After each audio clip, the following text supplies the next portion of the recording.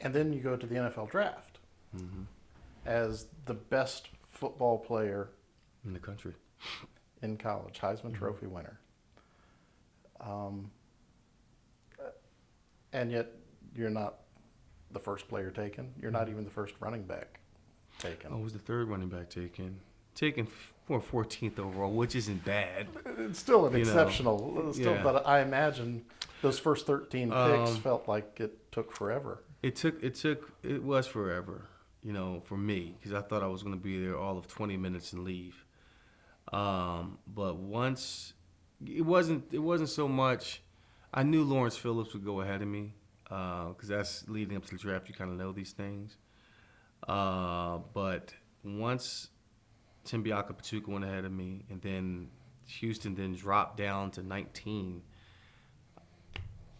then my blood temperature or my blood pressure started to rise. I mean, I said, okay.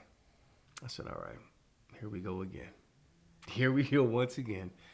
Got to prove myself. And I remember once I got drafted, I was happy. I was happy. I was grateful. I was thankful.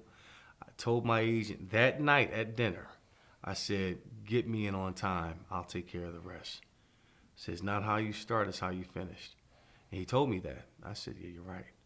I said, you just get me in on time, give me a fair deal, and I'll take care of the rest. They're going to know.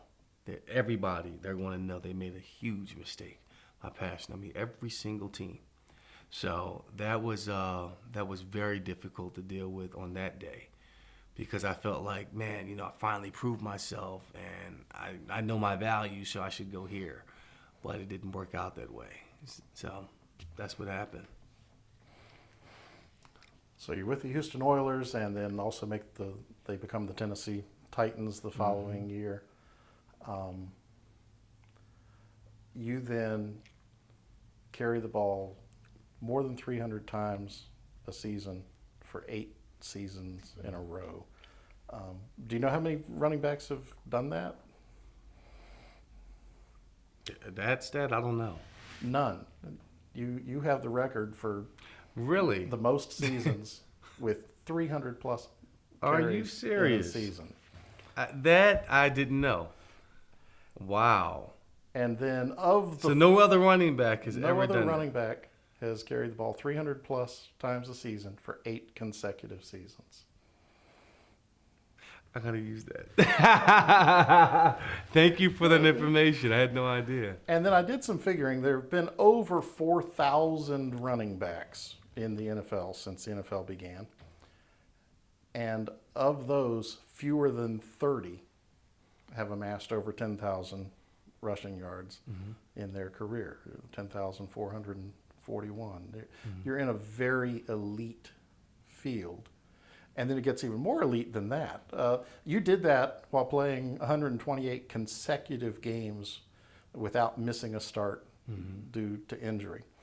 Do you know how many running backs have done that? I think I know. One other. One other, and who is that? Walter Payton. Walter Payton had more consecutive starts. The only one who amassed 10,000 yards without missing a game was Jim Brown. Oh my gosh, that's right. So you're in a very small group Wow. of people. How does that feel looking back on that career? Wow. Um, it's breathtaking when you put it into that frame, I guess. Because I grew up admiring Walter Payton. Grew up hearing my father talk about the great Jim Brown, taking it up the gut and down the right sideline. My father used to say. It's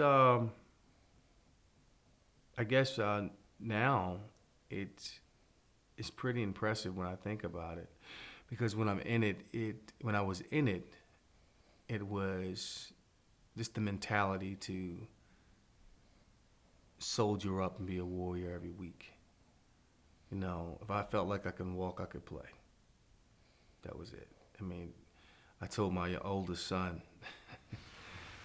I told him that you should make friends with adversity and pain. Let them be your best friends. Get used to them, because they'll be there constantly. And they will either break you down or they will build you up. So I learned that throughout my entire life's lessons to embrace adversity, because within adversity, there is an opportunity to find out how to win. There's always a blessing in chaos. And you have to find that in being in a peaceful state of mind and really finding it. And that's the treasure. That's the gem that you hold on to, because that carries you throughout. And there were days during my professional playing days, where I felt like I didn't want to play.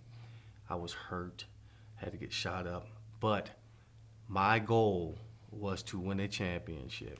And I felt like we would not accomplish that goal if I wasn't on the field. I felt that me at 50% was better than half the league, not in a physical sense, but just grinding it out and showing up. Because if I was there in the rain, sleet, or snow, or hurt, bandaged, beaten up and taped up, whatever, then the rest of my teammates would feed off of that injury and go beyond themselves for the greater good of the team. And that was my whole premise. So in that, you don't think about it, but when you put it in those terms, it's like, wow, I saw it was pretty impressive.